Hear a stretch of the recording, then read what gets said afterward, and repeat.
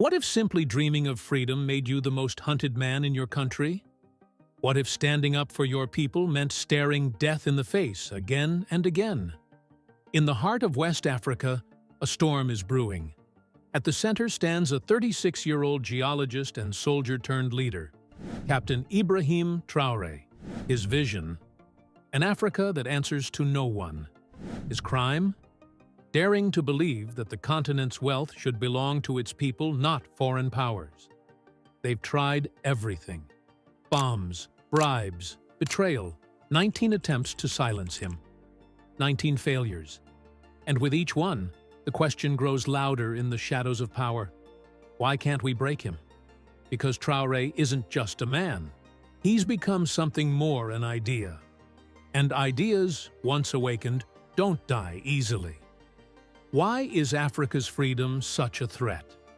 Before diving into the long list of assassination attempts, let's understand the land at the center of this storm, Burkina Faso, a landlocked country with around 21 million people that has struggled for decades under the weight of outside control, poverty, and rising insecurity. Its story is shaped by colonial exploitation and conflict, including terrorist threats that continue to destabilize the region. Many people now see Traoré as following in the footsteps of Thomas Sankara, the revolutionary leader from the 1980s who was assassinated for trying to free Burkina Faso from France's grip. But Traoré's path wasn't paved by privilege. He grew up in a quiet town called Bonduku, studied geology at university, and joined the army in 2010. He served in UN peacekeeping missions in Mali and earned respect for his leadership in anti-terror operations. By 2022, his country was in crisis. Armed insurgents had taken control of nearly half the nation. The military, under Paul-Henri Damiba, had already staged a coup earlier that year, but little progress was made. People were losing hope. On September 30th, 2022, Traoré led a second coup, declaring that the current leadership had failed to protect the country. At just 34 years old, he became the youngest head of state in the world. But he didn't step into power like most. In just 6 months, he oversaw the opening of more than 18 new factories, proof that rebuilding had begun. What most international news outlets don't mention is this: Ibrahim Traoré didn't take power for personal gain. He turned down a salary increase after becoming president, choosing instead to continue earning what he did as a military commander. That move said everything. He didn't come to rule, he came to serve. Then came the shock waves. He expelled French troops from the country, tore up unfair mining contracts that had funneled wealth out of Burkina Faso, and began aligning with new global partners like Russia. He introduced policies inspired by Sankara freezing corrupt officials' assets and requiring government workers to wear locally made clothing. And just like that, the assassination attempts began. The first serious plot came just a few months into his leadership. In January 2023, intelligence agents picked up chatter about a plan to blow up Traoré's home during an African Cup of Nations football match, a time when most security would be relaxed. The attackers even had a backup plan. If the bomb didn't work, they would ambush his convoy the next day. But how did security forces find out about the plot? This is where things take a surprising turn. Several sources say Russia's intelligence service tipped off Burkina Faso, providing names and details before the plan could unfold. This act likely saved Traoré's life and exposed a deeper, ongoing threat. This wasn't just luck. It was the beginning of a dangerous pattern. This was just the beginning of what would soon reveal itself as a calculated, ongoing effort to silence a leader who had the courage to defy the old ways. By September 2023, another attempt to overthrow the government was uncovered. The authorities announced that they had disrupted a fresh coup plot. Lieutenant Colonel Evrard Samda, was taken from his home in Ouagadougou by armed soldiers. He wasn't the only one. Prosper Farama, a former government minister, was also arrested. What makes this particular incident even more striking is the trail that led back to the very man Traoré had removed from power, Paul-Henri Damiba. After his fall, Damiba had fled to Togo, but even in exile, it appeared he wasn't finished. Behind him, there was a web of hidden interests forces, uncomfortable with Burkina Faso, choosing its own direction, free from foreign influence and elite exploitation. Still, the most astonishing plot was yet to come. A powerful figure, whose identity remains a tightly guarded secret, came into Burkina Faso under the radar. This individual didn't just plan from a distance, he got close. He made efforts to get into the good graces of Traoré's inner circle, specifically targeting members of the security team assigned to protect the president.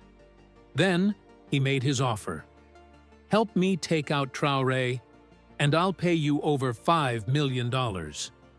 He handed over the money and gave them special ammunition, telling them, "When you're close enough, fire these bullets. That's all it takes. Then you're rich." But in a twist no one expected, these very soldiers who had been bribed with millions went straight to President Traoré. They told him everything. "They paid us to kill you," they reportedly confessed. "But we believe in what you're doing. We have principles. We can't betray you."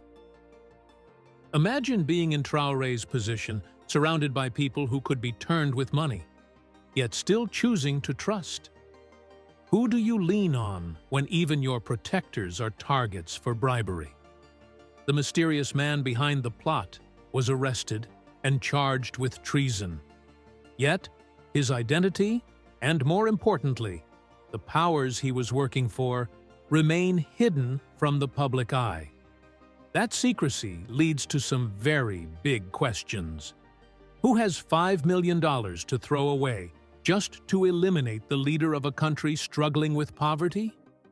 What kind of interests feel so threatened by Ibrahim Traoré's leadership that they're willing to take such extreme measures? This is where the bigger picture starts to come into focus. Contrary to what many believe, Burkina Faso isn't poor. It's the fourth largest gold producer in Africa. And Africa itself has supplied over half of all the gold ever mined in the world. But the wealth buried under Burkina Faso's soil doesn't end there. It's also rich in zinc, lithium, manganese, and other rare minerals that are highly sought after globally. For decades, these resources left the country with little benefit to its people. Foreign corporations and their local partners got rich, while the majority remained in poverty. And here's a disturbing thought. What if terrorism, often seen as the greatest threat to Burkina Faso, is actually being used as a tool? A tool by outside forces to create instability, to scare away national control, and to keep the door open for resource exploitation? Traoré himself has pointed to this possibility. He noted that the spike in terrorist activity just happened to align with the moment he expelled French forces and tore up one-sided mining contracts.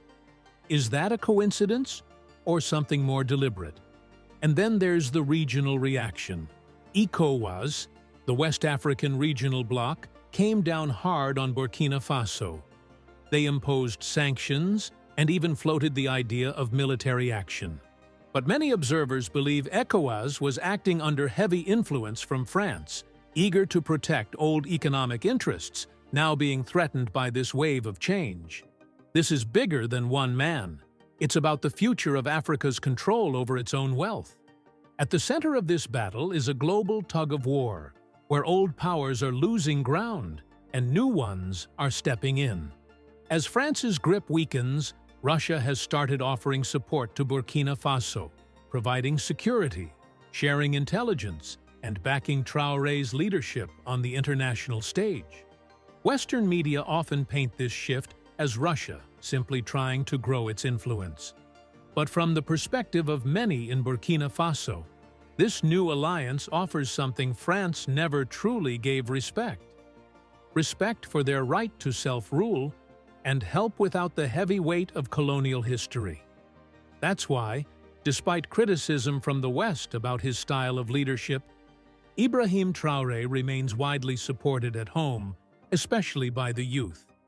They see him not just as a president, but as someone who's fighting for their future.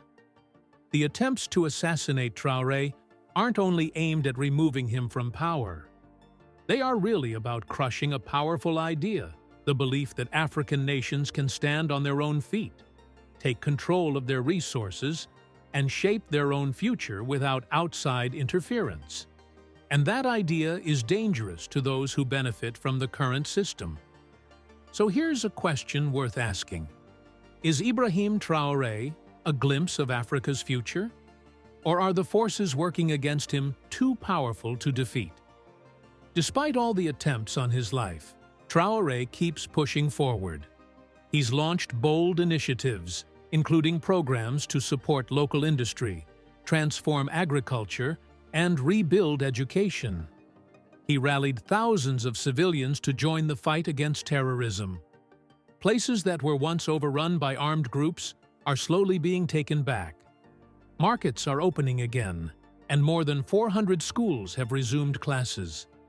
But the big question still lingers. Can this vision survive the storm? History hasn't been kind to African leaders who tried to break free from foreign control. Names like Patrice Lumumba and Thomas Sankara are reminders of how dangerous it is to dream big on this continent. Traoré understands this. He keeps a photo of Sankara in his office and often quotes him. Just like his hero, he lives humbly and avoids the luxury that power usually brings. What's truly striking about Ibrahim Traoré isn't just how he's survived so many plots, it's that he hasn't become paranoid or hidden. He still walks among his people, listens to them, and stays true to his mission. And this courage is sparking something powerful beyond Burkina Faso. Across the Sahel, and even among the African diaspora, young people are beginning to ask tough questions. Why can't we own our own gold, our oil, our land? Why can't we decide our own path forward? The enemies may still be plotting. The big powers are still moving their pieces on the chessboard. But something has shifted, not just in Burkina Faso, but across the continent. Traoré's story is still unfolding, and nobody knows exactly how it will end. Will he succeed where others have fallen? Or will the system swallow him like so many before? What we do know is this: every failed assassination only makes his message louder. That message? Africa belongs to Africans. And every nation, no matter how small, deserves the right to write its own story. So now we ask you, do you believe leaders like Ibrahim Traoré are the future of Africa? Or do you think the obstacles are simply too big? Let us know what you think in the comments. If you haven't subscribed yet, what are you waiting for? Hit that like button and subscribe.